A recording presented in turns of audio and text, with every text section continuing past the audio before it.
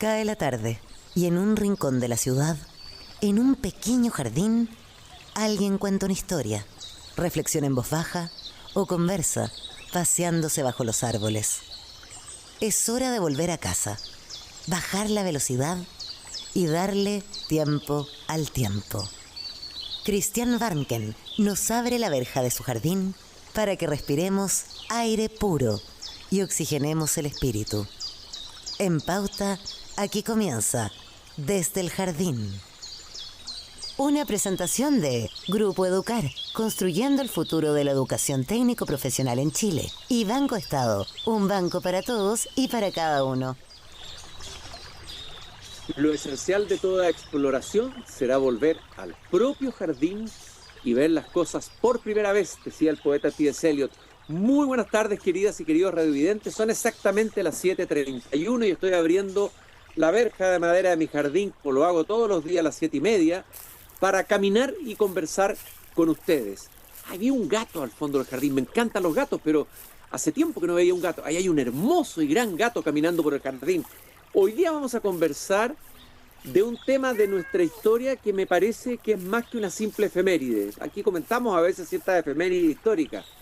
El 30 de agosto se celebra el plebiscito por el cual se aprobó la Constitución de 1925. No se asusten, yo sé que mucha gente está cansada de hablar de constituciones, procesos institucionales, saturados de eso.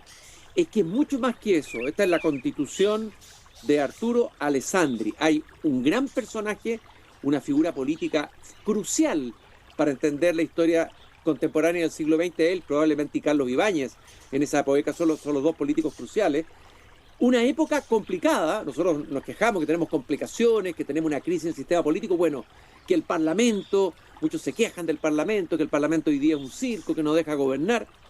Alessandri la tenía mucho más duro, llegó al poder en 1920 y enfrentó una crisis que tenía una dimensión económica, un sistema económico que se estaba agotando. Imagínense, el salitre, un sistema económico monoexportador que dependía del salitre, todo hundiéndose.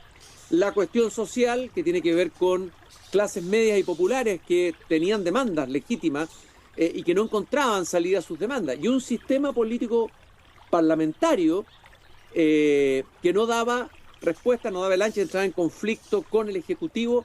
Y ahí aparece la figura de el León de Tarapacá, Arturo Alessandri. Él no tenía gato, tenía un famoso perro, un gran perro que está ahí en el Museo Histórico Nacional del centro de Santiago. Hoy día invité a caminar por mi jardín a un historiador chileno, Cristóbal García Huidobro. Él es doctor en Historia Moderna en el St. Anthony's College de la Oxford University, pero también es licenciado en Historia de la Pontificia Universidad Católica, académico de la USACH, y entiendo que de la Universidad Católica, o eres académico solo de la USACH ahora, Cristóbal. De ambas. De ambas. No soy profesor Primero de ambas. que nada, profesor de ambas. Te doy la bienvenida al jardín. También se me olvidó decir que vas a lanzar, ahí tendremos que invitarte de nuevo al jardín, porque tienes un libro muy interesante que tengo ganas de leer sobre un personaje también importante, pero anterior, que es Manuel Montt, Yo Montt. El 4 de septiembre es el lanzamiento de tu libro. Y escribiste uno sobre ese entrañable personaje, don Tinto, el presidente de todos los chilenos, Pedro Aguirre Cerda. Muy bienvenido, Cristóbal, esta tarde aquí a caminar conmigo en el jardín. Gracias, Cristian. Yo soy un asiduo radio escucha tu programa y siempre había dicho, a mí me gustaría que me invitaran al jardín de Banken, pero te agradezco mucho la invitación y genial de hablar estos temas que, más allá de la efeméride, también son importantes para comprender el desarrollo de nuestra historia, por lo menos los últimos 100 años. Desde luego. Y lo primero que me gustaría hablar es del contexto político y social que estaba viviendo Chile en el momento en que llega al poder Arturo Alessandri.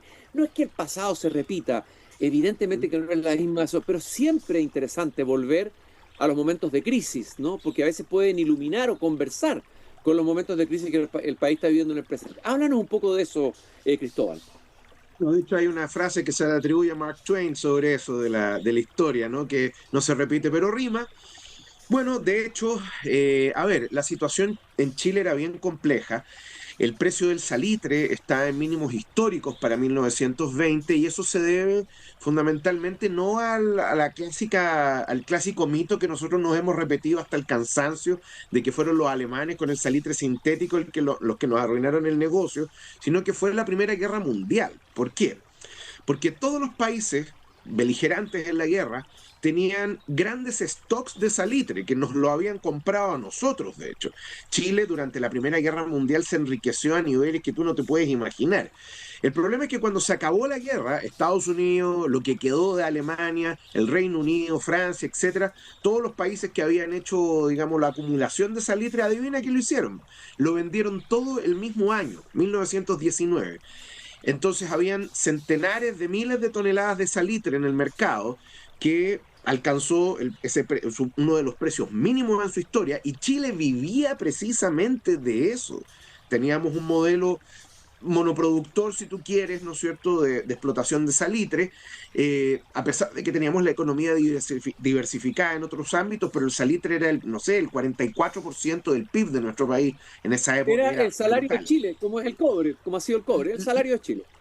Claro, hoy día el cobre es menos, tiene menos importancia que el salitre desde el punto de vista ¿cómo se llama?, del espacio que ocupa dentro del Producto Interno Bruto del país, pero el salitre era, pero bueno, el sueldo de Chile, como tú bien dices. Entonces, si el precio está deprimido porque las grandes potencias e incluso los perdedores de la Primera Guerra Mundial decidieron vender sus stocks, bueno, el precio del salitre nunca jamás se va a volver a recuperar. Al menos nunca va a alcanzar los niveles que alcanzó durante la guerra. Y el problema mayúsculo es el siguiente. Nosotros teníamos un problema severo, ¿no?, llamada la cuestión social. Augusto Regoluco, ¿no es cierto?, gran médico, es el que le da el nombre a esto y viene de unas columnas que escribía en un diario y que eventualmente las publica como un libro. Y efectivamente identifica una serie de problemas que tienen que ver con la vida obrera, la falta de salubridad, bueno, en fin, que usualmente se conoce. Entonces los gobiernos del régimen pseudo parlamentario, porque no era un régimen parlamentario en el sentido estricto, decidieron resolver esto a través de una serie de leyes y gastando plata precisamente en resolver esto. Ley de habitaciones obreras, ley de salacunas, ley de contrato de trabajo, feriado dominical, etcétera, etcétera, etcétera. Y en ese sentido hubo algo de progreso en comparación a que antes no había ni siquiera leyes sociales y hoy día las tenemos. Y en el fondo eso ¿va a mejorar poco la situación? Sí, pero cuando se te viene este tsunami, que es la crisis económica, producto del precio, de los precios bajos del salitre, bueno, a nosotros nos va a costar recuperarnos mucho, y el problema es que la gente va a querer culpables.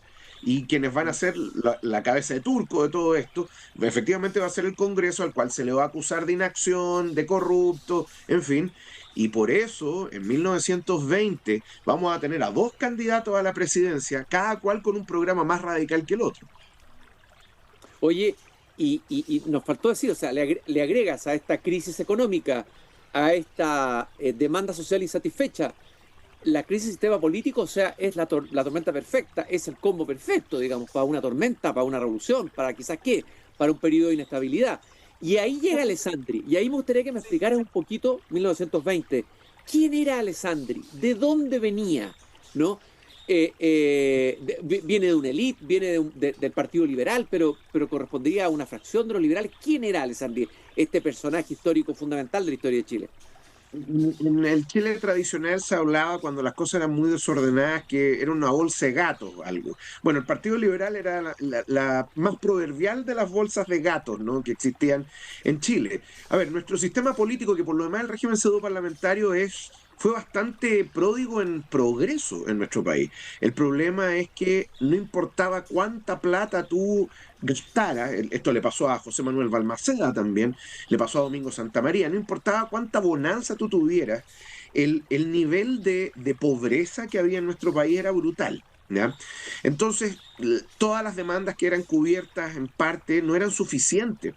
Y entonces había que buscar, como te decía, culpables y responsables. Arturo Alessandri Palma fue un político que se nutrió y creció en el régimen parlamentario, ¿ya? Era hijo de, nieto, perdón, de inmigrantes italianos que llegaron a Chile en la década de 1820, 1830. A Ricardo Donoso tiene una muy agria biografía sobre Alessandri, que se llama Agitador y Demoledor, que hasta cierto punto el título no solamente está bien colocado, sino que es súper vendedor, hay que decirlo. Eh, pero efectivamente Donoso hace un análisis genealógico de Alessandri, y de hecho la familia Alessandri ya en una segunda generación tiene algo de fortuna. Alessandri nace en lo que hoy día sería la séptima región, la región del Maule, ¿no? Más específicamente creo que en la zona de Longaví o Lontué, no lo recuerdo bien, en 1868. Y de ahí en adelante, bueno, va a estudiar en los padres franceses, va a estudiar Derecho en la Universidad de Chile, lo que Sol Serrano calificó en algún momento como la carrera del poder, ¿no? La carrera de Derecho. Eh, Tiene unas muy tempranas memorias que escribe respecto a su actuación durante la Guerra Civil de 1891, cuando tenía como veintitantos años. El hombre se creía el cuento, hay que decirlo. Y de hecho, le roba el nombre de León de Tarapacá a una figura histórica que ya había peleado, ¿no es cierto?, en Arica. Era Eleuterio Ramírez, ¿no?, que era conocido como el León de Tarapacá, y eventualmente Alessandri, en su campaña senatorial de 1915, si no me falla la memoria, él mismo dice: yo soy el León de Tarapacá. La plataforma política de Alessandri, mira, a mí no me gustan los anacronismos, pero para hacerlo lo más didáctico posible, vendría a ser lo que hoy día catalogamos como populista. Eso ¿En te iba qué a preguntar. sentido? Eso te iba Ujú. a preguntar. Si Alessandri fue un populista, si su programa político y su proyecto político fue populista, ¿y qué tipo de populista fue? Era un populista bien curioso, porque en el fondo, bueno, como todos los populistas, muy personalista, eso es cierto. Los populismos son personalistas, en América Latina por lo menos. Nuestra América es de un populismo caudillesco y personalista, eso es más que claro. Y efectivamente, Alessandri, que decía él que venía de la clase media, en realidad venía de las capas más altas de la clase media, ¿no? Habría que decirlo, porque ya tenían tierra, eran latifundistas los Alessandri, etcétera. Pero sí, a diferencia de la aristocracia chilena tradicional, los Alessandri tenían profesiones, no solamente eran latifundistas, sino que no se dedicaban al cultivo de la tierra, sino que eran abogados, médicos, etcétera, e ingenieros también. Entonces, Alessandri, a ver, ¿es populista? Bueno, sí, efectivamente le hablaba al pueblo diciéndole que estaba enojado y que entendía efectivamente el enojo del pueblo, y como el clásico populista dice: usted está enojado, yo estoy enojado, hagamos algo, ¿no? Eso es Claro. lo primero. Segundo, Oye, buscar un Cristóbal, culto. y, perdón, Cristóbal, Sí, y tenía esa expresión cuando hablaba al pueblo, hablaba de mi chusma querida, porque mi él querida Chuma. No, o sea, acuñó varios términos muy interesantes, mi chusma querida, cuando hablaba de la élite, la canalla dorada, la o sea, canalla creó dorada. lenguaje, ¿ah? No, y tiene otra frase, así como: yo no pido ni doy cuartel, que esa fue en una época que estaba muy peleado con el Congreso.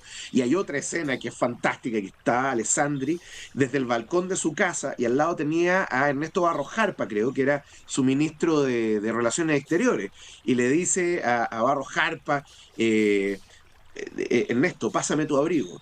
¿Pero para qué, Arturo?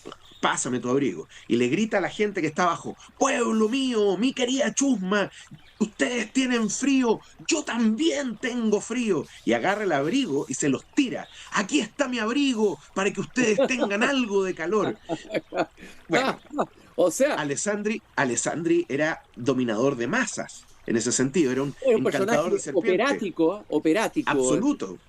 ¿ah? Mira, Máximo Pacheco padre, que en paz descanse, ex embajador de Chile en la Unión Soviética, ex ministro, ex senador, una vez me contó una historia muy bonita que decía: él era falangista, y la falange había decidido apoyar a Fernando Alessandri en la elección del 46. Y como lo dicen los gringos, el keynote speaker, o sea, el gallo que te cerraba el mitin, ¿no es cierto?, de la proclamación de Fernando Alessandri, era el león, era Arturo. Entonces se sube al podio, ¿ya? Y estos son los años 40, así que no hay que juzgar. Estaba la gente con antorcha. Bueno, y Alessandri se queda callado. Durante 5 minutos no dice nada. Nada, Cristian, nada. Y de repente llega, porque está electrizado el ambiente, llega y dice: viejos y queridos amigos del león. y se escucha, esto es en el Paseo Bulne, un griterío así, los tenía con esa frase comiendo de su mano.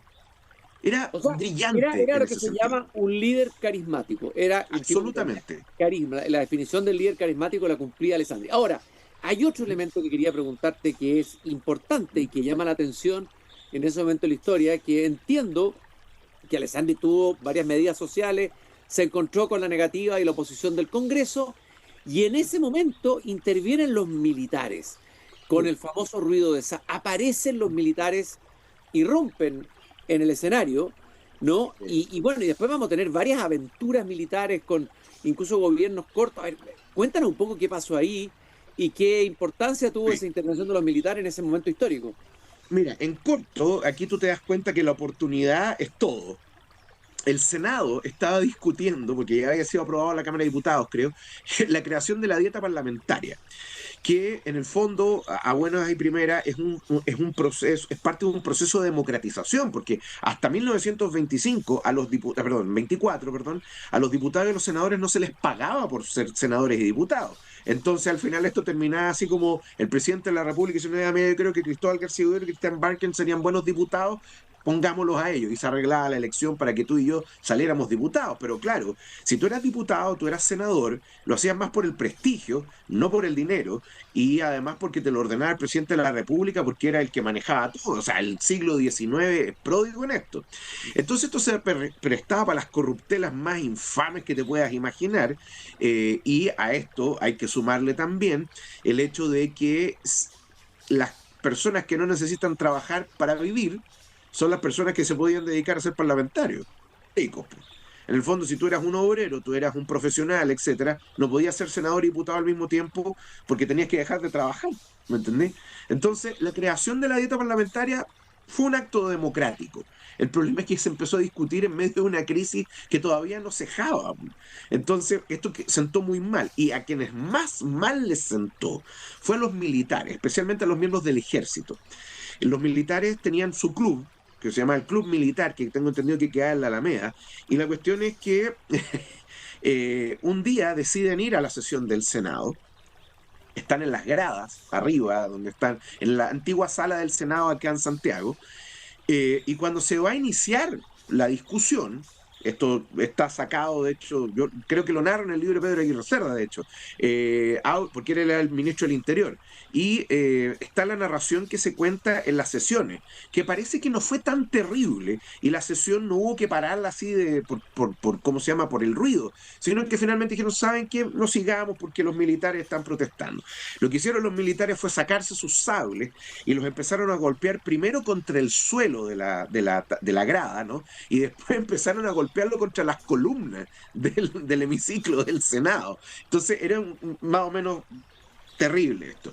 Esto llevó en el fondo a que se pidieran medidas disciplinarias, pero Pedro Aguirre Cerda, que era un hombre mucho más inteligente y cauto, dijo, conversemos primero, pero además a Aguirre Cerda le llegó el dato de que se preparaba un golpe de Estado. Entonces Aguirre Cerda lo que hizo fue cerrar Santiago. Puso tropas que él sabía que eran leales al gobierno, cortó las comunicaciones de la ciudad, pero salvo su teléfono para saber qué pasaba en las Oye, regiones, o sea, en las oye, provincias. ¿Mm? Cristóbal, ¿Mm? y bueno, y entiendo que el resultado, perdona que vaya rápido, pero está apasionante esta historia, para que veamos, a todos los que nos están escuchando, qué apasionante es la historia de Chile, cuánto hay que contar en los colegios, desde luego, o sea, la cantidad de material que hay para contar, de historias, de como las que está contando Cristóbal García Huidobro, aquí son muchísimas, bueno, pero finalmente Alessandri entiendo que renuncia, ¿no es cierto?, y el Congreso lo autoriza a salir de Chile, ¿no? Que fue como una movida, una reglina ahí, era una Hay toda renuncia. una, ¿Ah? sí, es que hay toda una intriga y esa renuncia fue con elástico. A ver, te voy a explicar en muy breve. Alessandri, viendo todo lo que estaba pasando y viendo que su ministro del Interior estaba conteniendo el asunto, decidió tomar él la iniciativa y llamó a algunos militares a conversar con él, a espaldas del gobierno, y trató de él orquestar una especie como de asonada, ya donde lo apoyaran a él los militares. Pero esto terminó pésimo. Alessandri terminó casi agarrándose a combos con los militares en el Salón Rojo de la Moneda, que era el salón principal, ¿no?, del Palacio de Gobierno en esa época. Y de hecho Pedro Aguirre Cerda quedó totalmente descorazonado porque le dijo, bueno, ¿qué va a pasar ahora? Entonces Alessandri manda una renuncia a la presidencia de la República y se la rechazan, ¿ya? Vuelve a mandarla y el Congreso, en vez de rechazar, o sea, se la rechaza, y lo que hace es, en vez de aceptarle la renuncia, le da un permiso por 6 meses para salir de Chile. Ese fue el día en que Alessandri empezó a conspirar para volver. Y de hecho, se va primero a Argentina y después se va a Europa. Y lo acompañaba, de hecho, Pedro Aguirre Cerda, que no tenía arte ni parte en esto, pero él consideraba que todo lo que había pasado también era culpa de él. Así que partió al exilio sin que nadie lo echara. De hecho, Juan Oye, Esteban Montero le escribe una carta diciéndole, Pedro, ¿para qué te fuiste? oye, El tema era Alessandri. Y oye, Alessandri, ¿ya? dime, Y aquí no, no, que aparece, Alessandri, nos que- estuvo interrumpiendo. perdona Cristóbal, pero aquí aparece otro Sí. personaje que es muy importante, Ujú. que era joven en ese momento, Carlos Ibáñez del Campo. Yo dije al comienzo que otro, que era oficial, era coronel, entiendo, Mayor, era todavía mayor. era mayor, ¿ya? Sí. Y él llama de vuelta, entiendo, a Alessandria a Chile, ¿no? ¿Y cuál es No, la no. reacción ahí?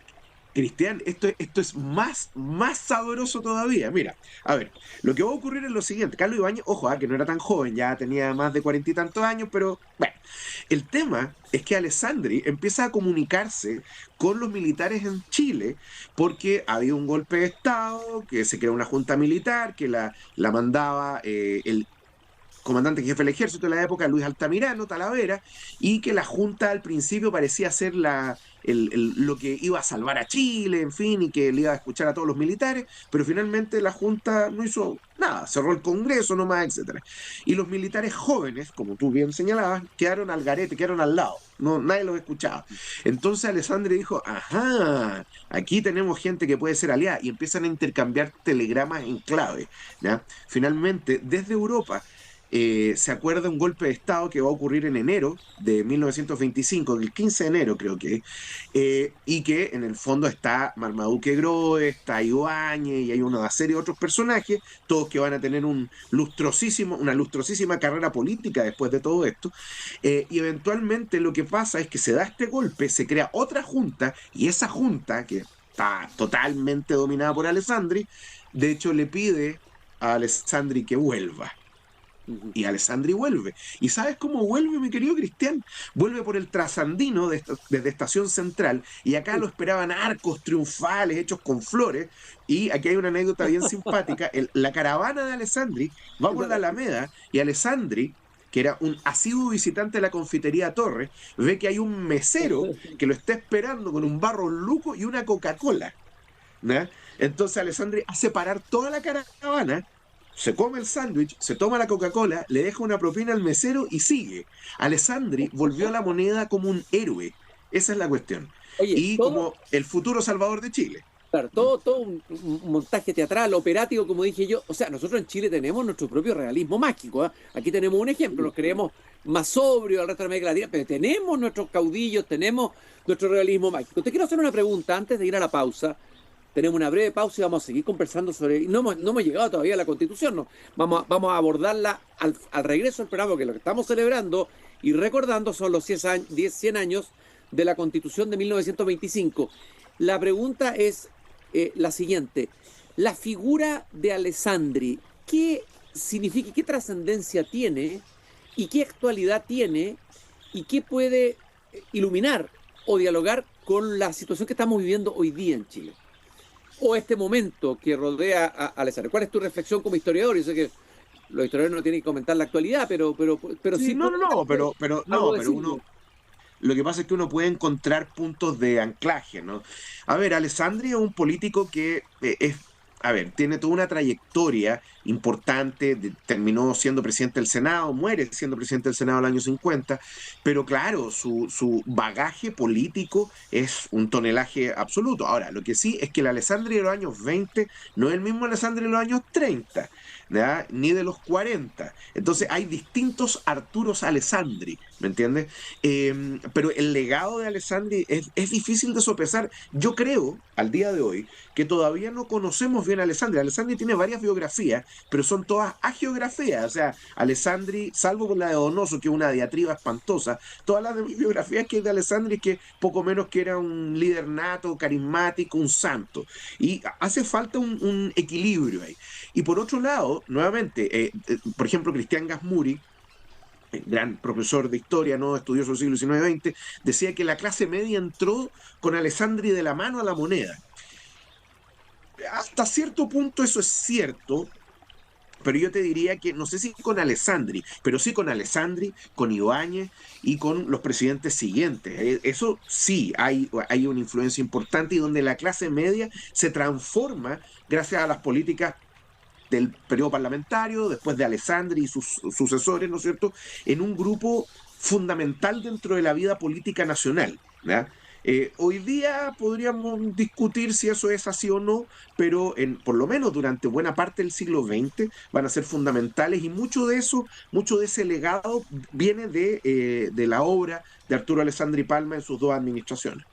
Estoy caminando en mi jardín con Cristóbal García Huidobro, historiador, académico de la USACH y la Universidad Católica, comentando este apasionante periodo histórico de la historia de Chile, un momento fundamental en toda la historia que va a venir después también. Estamos hablando de Arturo Alessandri Palma y estamos hablando de los 100 años de la Constitución de 1925. Cristóbal, te invito a que nos sentemos aquí. Yo sé que a ti te gustan los gatos, tengo un gatito que te voy a mostrar aquí en mi jardín. Vamos a tomarnos una tacita de té, o hasta una copita de vino podríamos tomarnos, y regresamos. Eso, y regresamos a la vuelta de esta breve pausa. Ya estamos de regreso con Cristian Barken directamente desde el jardín, en Radio Pauta 100.5. Sigo caminando por el jardín, son las 8:01 de la tarde, soy Cristian Barken, el jardinero de este jardín al fin del mundo. Estamos conversando sobre, esa es la excusa, los 100 años de la Constitución de 1925, la Constitución de Alessandri. Hablamos del contexto histórico de Chile, hablamos de Alessandri, el León de Tarapacá, un personaje alucinante como nos lo ha contado acá Cristóbal García Huidobro, académico de la USACH y de la Católica, historiador del derecho, doctor en historia, autor de varios libros, un libro sobre Montt y otro sobre Pedro Aguirre Cerda y otros libros que vienen en camino. Aquí vamos a seguir la historia, Cristóbal, vamos a tener que a lo mejor sintetizar un poquito. Quedamos en que Alessandri se va fuera de Chile y luego regresa, tal como tú lo contaste, con todos los antecedentes, cómo regrese, cómo se da eso en relación con los militares, etc. Pero Alessandri coloca como prioridad, parece, de su regreso, una nueva constitución. Es decir, se necesitaba aquí, parece, un cambio constitucional. Él pensaba que eso iba probablemente a desbloquear el país bloqueado y empantanado que estaba por todos los datos que tú nos diste al comienzo en términos económicos, sociales, políticos, etcétera. A ver, la Constitución. Primero, quiero preguntarte que en algún momento se pensó en una asamblea constituyente, creo que el mismo Alessandri la pensó y luego desechó esa idea y finalmente se armó, no sé cómo se llamó, creo que se llamó una comisión chica, la que elaboró el anteproyecto constitucional. A ver, ¿qué pasó con esta Constitución? Cuéntame lo más sabroso de la elaboración de esta. ¿Qué significó esta Constitución y ha significado en la historia de Chile? Siempre se ha dicho, por ejemplo, que la Constitución de 1833 era una constitución presidencialista, pero en realidad el modelo era híbrido, tenía muchos elementos parlamentaristas, porque Mariano Egaña, que es uno de sus redactores, quedó infatuado con el sistema británico. Entonces teníamos esta cuestión a medio camino y que generaba todas estas tensiones entre Congreso y Ejecutivo, ¿no? Y además porque en Chile éramos los campeones de los resquicios legales, entonces, bueno, en fin, eso generaba esta relación bien tortuosa y que, bueno, cobró 10.000 vidas, ¿no es cierto?, en la Guerra Civil de 1891. El sistema que siguió después era un sistema totalmente de facto, el sistema parlamentario que no está estatuido en ningún texto legal de nuestro país, ninguno. O sea, el presidente de la República conservaba plenamente su autoridad, pero decidía no ocuparla. Y Alessandri, que creció en ese sistema, en el fondo, también jugó con esas reglas, pero él consideró que era necesario cambiar las reglas del juego. Y ahí se dio todo este ir y venir que termina, ¿no es cierto?, con la subcomisión de reformas constitucionales que la presidía el mismo Alessandri, ¿ya? Y a eso tú tienes que sumarle el hecho de que el mismo Alessandri, cuando tú lees las actas, le decía a todos los comisionados, les recuerdo que esto es una comisión meramente consultiva y las decisiones finales las tomo yo, el presidente de la República. Porque, bueno, en fin. Y de hecho, cuando tú lees las actas, te das cuenta de que los artículos de la nueva constitución ya están redactados. ¿Dónde está la madre del cordero? En 1923, José Massa, no el astrónomo, sino el ministro de Justicia de Alessandri, ¿ya? Había escrito un borrador de un proyecto de nueva constitución. Alessandri nunca lo presentó y ese proyecto está mal catalogado hoy día en el Archivo Nacional. Está como un borrador de la Constitución del 25, pero en realidad es una constitución distinta. Y ese documento, el de Massa, se va a convertir en el fondo en la piedra angular del proyecto constitucional del 25. ¿Qué elementos tiene la Constitución que sean particularmente relevantes y novedosos? Bueno, primero que establece un sistema netamente presidencialista. O sea, el presidente de la República va a amasar una gran cantidad de poder y de hecho con el pasar del tiempo, ese poder lo único que va a hacer va a ser aumentar, ¿ya? A través de las reformas constitucionales que se le van a hacer al texto. En segundo lugar, y quizá esto es una cuestión muy relevante, es la primera constitución en nuestra historia, ¿no? Y sería la tercera constitución o cuarta constitución en el mundo en que coloca en el catálogo de garantías derechos sociales, ¿ya?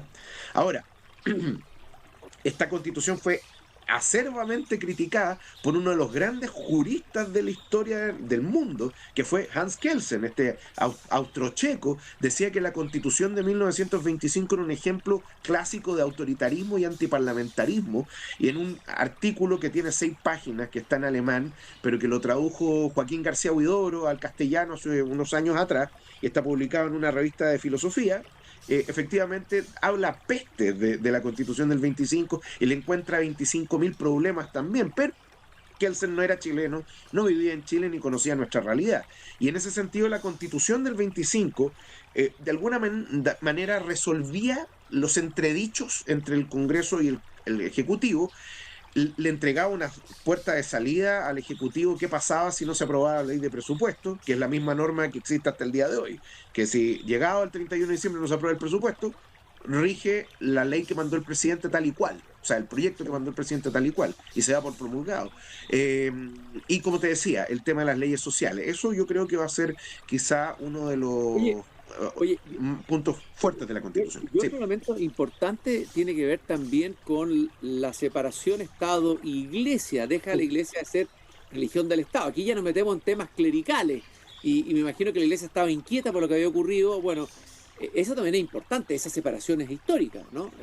Lo que pasa es que, bueno, en ninguna parte de la Constitución dice que la Iglesia se separa del Estado, pero habla de libertad de culto, así que se entiende que ya ahí están separadas las instituciones.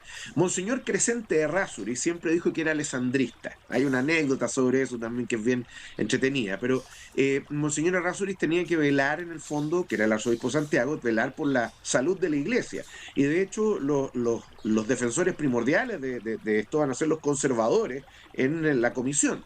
Eventualmente ellos querían que a la Iglesia se le diera una indemnización de 25 millones de pesos por 10 años, perdón, que era una enormidad de plata en esa época, porque en la década de los 50 Manuel Montt mandó a confiscar el diezmo, es decir, el diezmo, que era un impuesto que se le pagaba directamente a la Iglesia, ahora se le pagaba en el fondo al Estado como un tipo de contribución, era como las contribuciones que pagamos todos nosotros, pero contribución agrícola, y de ahí salía el presupuesto del culto. Al final, Alessandri y Errázuriz llegaron a un acuerdo, iban a ser 5 millones de pesos por 5 años, nomás. Y de hecho es la disposición primera transitoria de la Constitución la que establece eso. Pero sí, vamos a tener... no es que Chile se vuelva un Estado laico, ¿ah? Por lo demás. En ninguna parte de nuestra legislación se establece que Chile es un Estado laico, sino que es indiferente a la religión. No, no Una tiene suerte religión, ¿no? que le ha llamado, entiendo, un laicismo moderado el de Chile, ¿ah? Pero O también más que el laicismo, yo te diría que es como es irrelevante para el Estado de Chile el tema de la religión, por lo tanto es indiferente o es un Estado agnóstico, si tú quieres, podría ser en oye, forma. oye, Cristóbal, esta constitución del 25 demoró en encarnar, en realizarse hasta la vuelta a Alessandri al poder, lo que es increíble, quedó ahí en espera.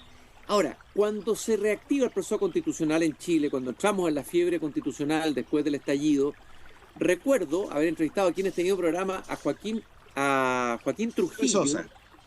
y, Joaquín Trujillo y Juan Luis Osa, que tiene un libro sobre eso también. y escribieron un Ambos. libro en donde Sí, po. proponían, me parece, volver a usar la Constitución del 25, regresar a ella como un texto que gozaba de legitimidad o de consenso y desde ahí construir una posible reforma constitucional. ¿Qué te parecía a ti esa idea? Eso yo lo he discutido con Joaquín Trujillo, que es colega mío en la Universidad de Santiago, y también con Juancho Osa, porque en el fondo a los dos les dije lo mismo. Eso de que tiene o goza de mayor legitimidad es dudoso. De hecho, partiendo con que el plebiscito constitucional de 1925 fue un plebiscito sin voto secreto. Los votos que marcaban la preferencia tenían colores: rojo por el sí, azul por el no y blanco ninguna de las dos. ¿Me entiendes? Entonces al final todo el mundo sabía quién votaba por quién, y por eso el 98% de la gente que votó lo hizo por el sí. En segundo lugar, votó menos de la mitad de la población al momento de establecer, o sea, de participar del plebiscito, fue un 45%, 46%. Son las reglas de la época en todo caso, pero nuevamente esa legitimidad es dudosa, más todavía cuando la Constitución tuvo que pasar desde 1925 a 1932 sin entrar verdaderamente en vigor, porque hubo gobiernos de facto, como el de Ibáñez, vino la República Socialista y una crisis institucional de aquellas en 1932, entonces todo eso redujo a nada la Constitución y fue su mismo sponsor, digámoslo, su mismo auspiciador, ¿no? Que fue Alessandri en su inicio con la Constitución del 25, el que le dio verdadero y real vigor a la Constitución. Yo sé que Juan Luis Osa y Joaquín Trujillo lo pensaban como una especie como de punto de partida. Me acuerdo hace varias décadas atrás, la difunta Gladys Marín, sempiterna secretaria general del Partido Comunista, señalaba lo mismo, que había que la única constitución legítima que tenía Chile en el siglo XX era la constitución del 25 y había que declararla en vigor suprimiendo la constitución, derogando la constitución del 80, que es fácil decirlo, hacerlo otra cosa, ¿no? Entonces, en ese sentido, se ha pensado en volver a la constitución del 25, pero el modelo de esa constitución quedó totalmente agotado. Te voy a dar Eso un te iba a ejemplo preguntar. solamente. Eso ¿Sí? te iba a preguntar lo siguiente. Es decir, ¿cuánto duró? Porque se implementó en 30, 32, dijiste, no recuerdo la fecha exactamente. O sea, 22. hasta la crisis de 1973. O sea, Sí. la crisis de 1973 mostró que esta constitución no lograba resolver los problemas nuevos que tenía el país, ¿no es cierto? Y por lo tanto, uno podría decir que ahí es cuando viene la idea de crear una nueva constitución de parte de Jaime Guzmán, etcétera, etcétera, la constitución del 80. A ver, ¿cómo son estos ciclos constitucionales, digamos? ¿Cuánto dura una constitución en Chile? ¿40 años, 50 años? Y finalmente viene un ciclo de crisis después de eso. ¿Qué es lo que pasa? ¿Cómo lo ves tú? Racionalmente yo estaría de acuerdo contigo, pero la Constitución del 80 logró superar su crisis. Ese es el asunto, a través de reformas constitucionales. Y todavía Ese es el estamos en tema. ella, claro. Y todavía estamos en ella. La Constitución del 25 tenía un modelo agotado fundamentalmente porque todos tus derechos constitucionales tú no los podías exigir. Estaban ahí, pero eran inexigibles, a menos que te fueras a un juicio civil en tribunales que podía durar décadas. Hoy día tenemos acciones de protección, acciones de amparo, etcétera, que permiten darle verdadero vigor a la Constitución.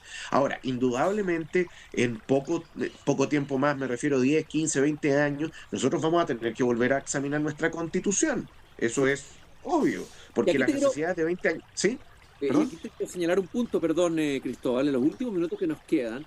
A ver, uno de los elementos que tú lo señalaste ahí, la Constitución, importante, aparte de esta suerte como apertura a una suerte de Estado social de derecho, ¿no es cierto?, a través de los derechos sociales, eso abre la Constitución del 25, es la limitación del poder del Parlamento. En el fondo es un cambio político, una suerte de reforma política o reforma al sistema político. El último intento o la última aventura constitucional que tuvimos, la segunda, que después de la convención, la del Consejo Constituyente, una de las cosas que se decía como un elemento positivo, muchos marcaban, era la reforma del sistema político, pero se farrió ese proceso claramente, y se perdió la oportunidad de reformar el sistema político. Como yo sé que no lo reformaba totalmente, pero significa que todavía estamos con y el problema que tenemos hoy con el Parlamento, la relación con el Ejecutivo, o sea, es un problema análogo, no digo que es el mismo, pero hay un problema ahí que no ha sido resuelto. ¿Cómo lo ves? Sí, efectivamente tenemos un problema en cuanto a equilibrios de poderes, pero ojo a que tampoco la Constitución del 80, a pesar de lo que se ha dicho, es tan presidencialista. Si yo la comparo con la Constitución del 25, en su última versión, ¿Ya? andan más o menos por ahí. Y de hecho yo ¿Ya? te diría que la Constitución del 25 es más presidencialista que la del 80 en su última versión. Sin perjuicio de eso, yo creo que a través de reformas constitucionales se puede lograr la modificación. Piensa tú que hoy día para reformar la Constitución ya no necesitáis 2/3, tenéis 4/7. Entonces se bajaron los quórum, etcétera, y eso hace más flexible el sistema. Sin perjuicio de eso, hay que estar, y esto es difícil, mira, yo no soy político, pero sí te puedo decir que a lo largo de nuestra historia, cuando los políticos no han escuchado, no han sabido tomarle el pulso al signo de los tiempos y ver que en definitiva, por ejemplo, teníamos una constitución que duró 90 y tantos años, que es la constitución del 33, pero estaba totalmente senil esa constitución, agotada, vino un tsunami que terminó reventando muy mal y que nos dio la constitución del 25. Tuvimos una crisis el 73 y la constitución no dio el ancho, otra constitución. Tuvimos una crisis que parte con ¿cómo se llama? El estallido social, el COVID, etcétera, y dos procesos constituyentes fracasados.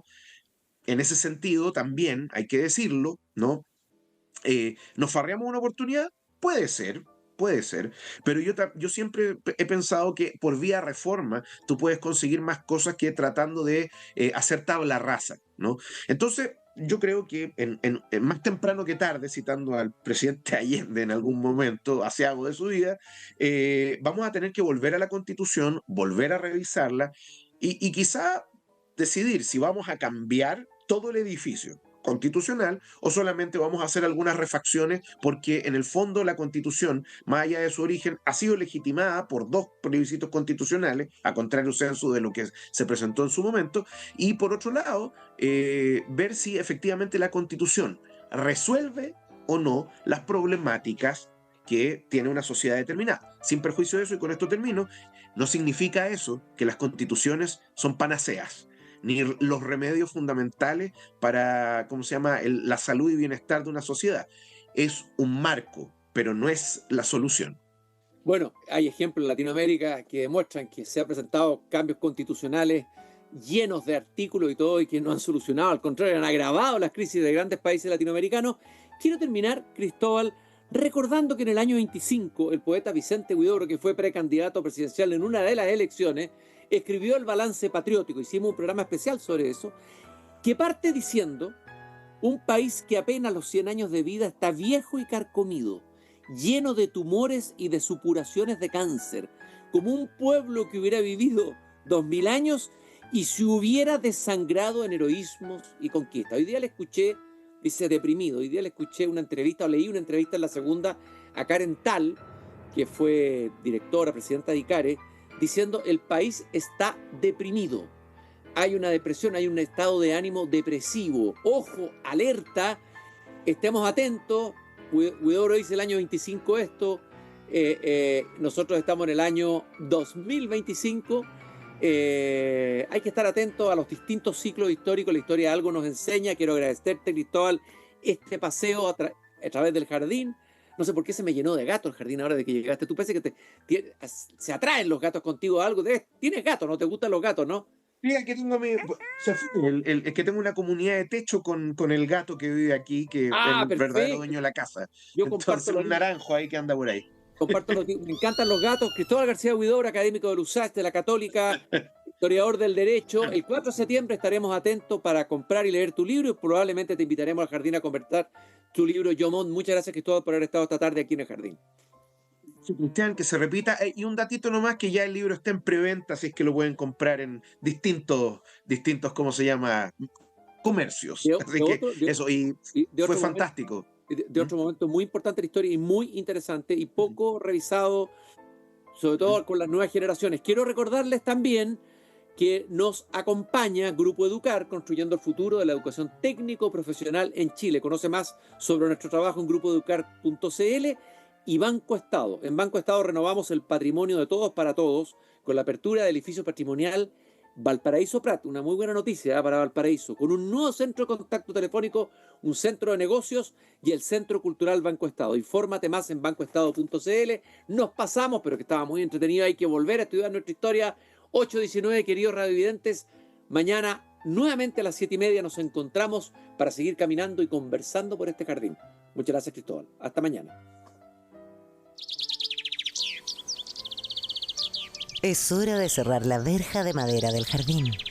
Pero Christian Warnken la volverá a abrir de lunes a jueves a las 19:30 horas en Radio Pauta, cuando comience de nuevo Desde el Jardín. Una presentación de Grupo Educar, construyendo el futuro de la educación técnico-profesional en Chile. Y Banco Estado, un banco para todos y para cada uno.